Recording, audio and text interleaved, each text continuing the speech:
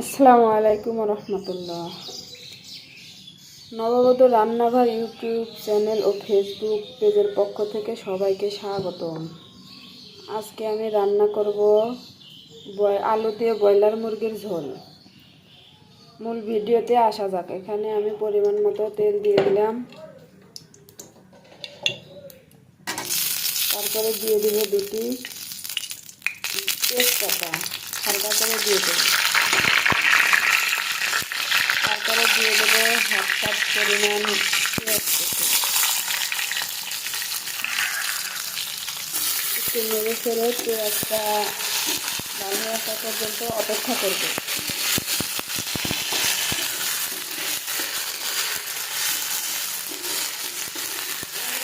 এই ভিডিওটা দেশের বাইরে থাকা সকলের জন্য উপকারী ভিডিও। আশা করি সবাই মনোযোগ সহকারে শুরু থেকে শেষ পর্যন্ত না টেনে দেখবেন। ধীরে ধীরে পেঁয়াজের কালারটা চেঞ্জ হয়ে আসতে আপনারা দেখতে পাচ্ছেন। এই কটা কামড়িচ,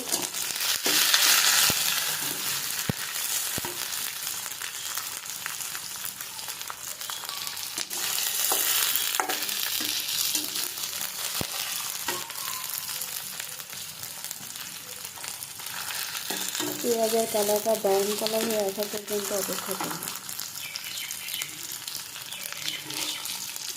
খুবই সাধারণভাবে অল্প উপকরণে রান্না করব। সবাই জানে ইউটিউব মানে শুধু তেল আর মশলা দিয়ে রান্না করা না। আমি মা শাশুড়িদের মতো শুধু অল্প উপকরণে রান্না করব। পেঁয়াজ সবাই দেখতে পাচ্ছেন পেঁয়াজের কালারটা চেঞ্জ হয়ে এসেছে। এই পর্যায়ে আমি দিয়ে দেবো পেঁয়াজ বাটা, রসুন বাটা, আদা বাটা।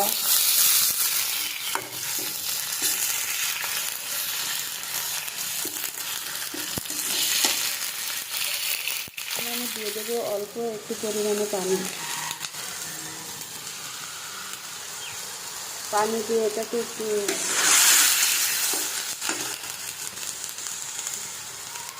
দেবো 1 চামচ পরিমাণে হলুদের গুঁড়ো,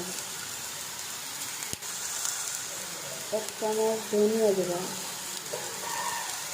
এখানে দেবো আমি 3 চামচ মরিচের গুঁড়ো।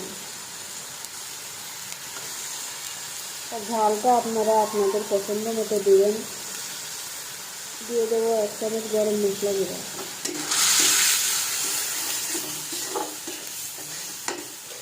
আরও দিয়ে দেবো স্বাদ মতো লবণ।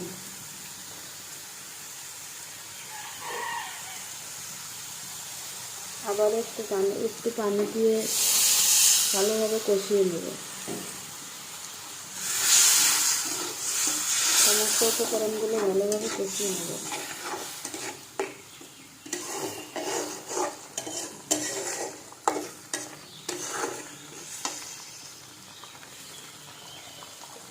সবাই দেখতে পাচ্ছেন এখানে এগুলো মশলা থেকে তেল ছেড়ে দিয়েছে।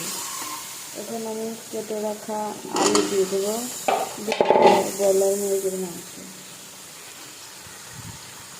মাংসগুলো খুব ভালোভাবে কেটে ধুয়ে নিয়েছি।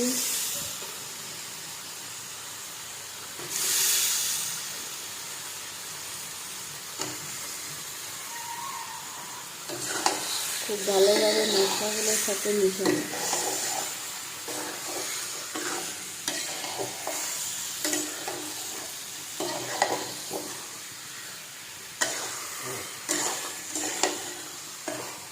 আশা করি সবাই থেকে ফলো করবেন।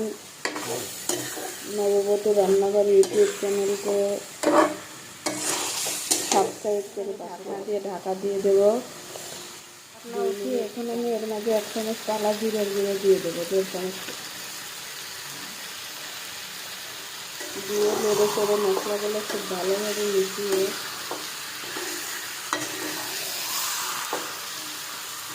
এখন একটু পরিমাণে পানি দিয়ে দেবো। আবার আমি ঢাকা দিয়ে রান্না করে নেব 5 মিনিট।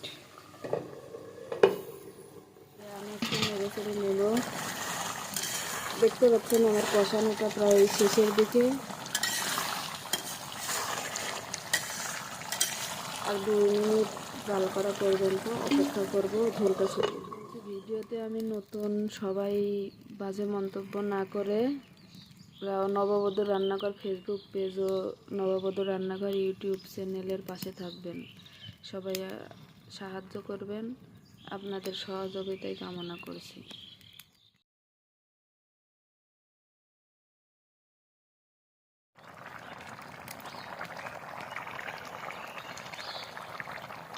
আমার রান্নাটা প্রায় শেষের দিকে, চুলা থেকে আমি এখন নামিয়ে নেব।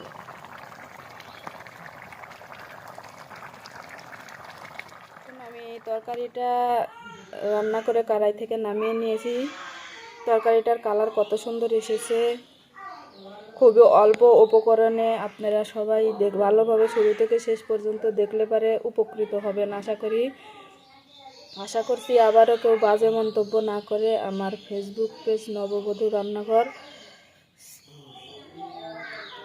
সবাই ফলো দিয়ে পাশে থাকবেন। আর নববধূ রান্নাঘর ইউটিউব চ্যানেলে সাবস্ক্রাইব করে লাইক কমেন্ট শেয়ার করে পাশে থাকবেন। কেউ বাজে মন্তব্য করবেন না।